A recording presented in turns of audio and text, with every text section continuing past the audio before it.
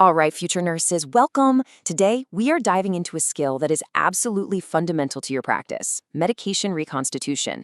Getting this right isn't just a good idea. It's a non-negotiable part of keeping your patients safe. So by the end of this, you're going to have the confidence and the framework to do this accurately every single time. Let's get into it. So here's our game plan. We'll kick things off by understanding just how high the stakes are here. Then we'll walk through the core safety rules, get you comfortable with the only calculation tool you should be using, and then we'll do a step-by-step practice problem. To wrap it all up, we'll look at the common mistakes to avoid and the final safety checks that need to become second nature for you. So why all the fuss about this one skill? Well, it's simple. Unlike a lot of other tasks you'll do, medication reconstitution has pretty much zero margin for error. The math you're about to do is directly connected to your patient's outcome, which means precision isn't just a goal, it's an absolute must.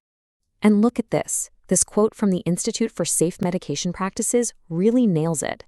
It pinpoints the exact moment things can go wrong. It's not just about a random math mistake. It's specifically the failure to figure out the drug's final concentration after you've mixed it. This right here, this is the critical blind spot that we're going to make sure you never have. Okay, before we even think about picking up a calculator, we have to lay down a solid foundation. These core safety principles, think of them as the unbreakable rules of the road. They guide every single move you make in this process, and they ensure safety from the very start. Let's just get a crystal clear definition down.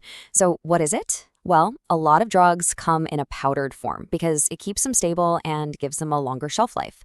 Our job is to take that powder and safely turn it into a liquid we can administer using a specific sterile liquid, which we call a diluent.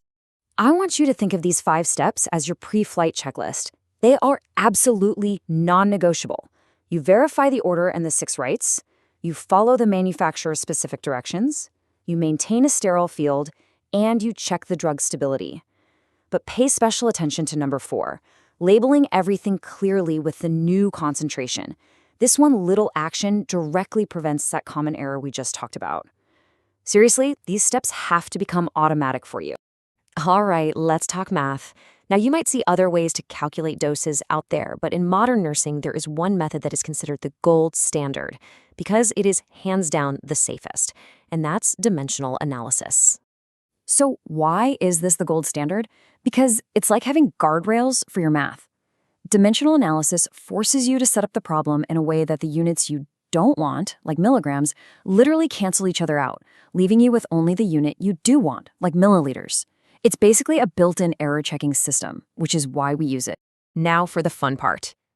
Theory is great, but practice is where you really build mastery.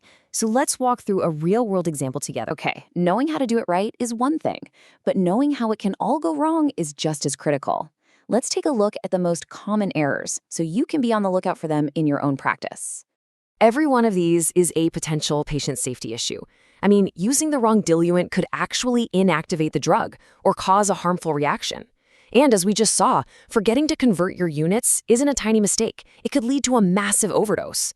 And that classic error, calculating the dose before finding the final concentration, is exactly why we hammer that step so hard.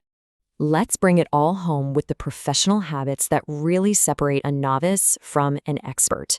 These are the final safety checks you need to build into your personal workflow every single time. This is all about building your personal safety net. You always recheck your own math, no exceptions. For high alert meds like insulin or heparin, you grab a colleague for an independent double check.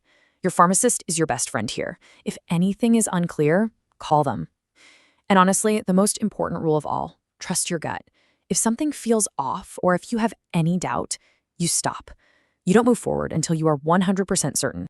So as we finish up, just remember that medication reconstitution is never just a task you check off a list.